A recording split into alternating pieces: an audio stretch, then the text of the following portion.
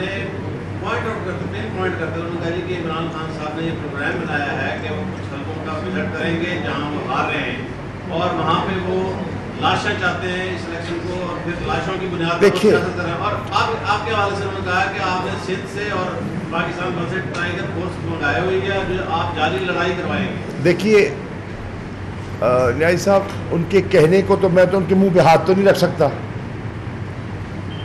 وہ تو عادی ہیں، جیسے کہا نا عمران خان صاحب نے ریڈیو آکاش وانی، وہ آکاش وانی ریڈیو کا ایک چھوٹا سا ایک چھوٹی سی سیٹلائٹ ہے، ٹھیک ہے نا، بڑے آکاش وانی کی چھوٹی سیٹلائٹ ہے.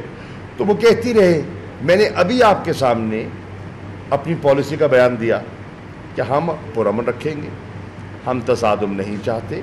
یہ ان کی سوچ ہے. مجھے یہ بتائیں عابد شیر علی صاحب کا ملتان سے تعلق کیا ہے؟ ان کے یہاں کوئی یہاں رہتے ہیں، ان کا یہاں کوئی ووٹ ہے؟ یہ 1.5 مہینہ ملتان میں کر رہے کیا ہیں؟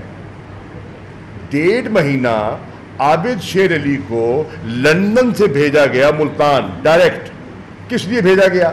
ملتان میں مسلم لیگ نون کا کوئی ایسا قابل ذکر شخص موجود نہیں تھا جو کیمپین کو سنبھال سکے، چلا سکے، رہنمائی کر سکے، جو الیکشن لڑ چکا ہو.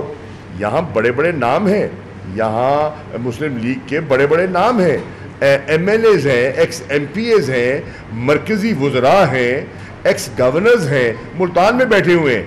یہ کام سر انجام دے سکتے تھے. در حقیقت عابد شیر علی ایک شرارت کا نام ہے. عابد شیر علی ایک شرارت کا نام ہے.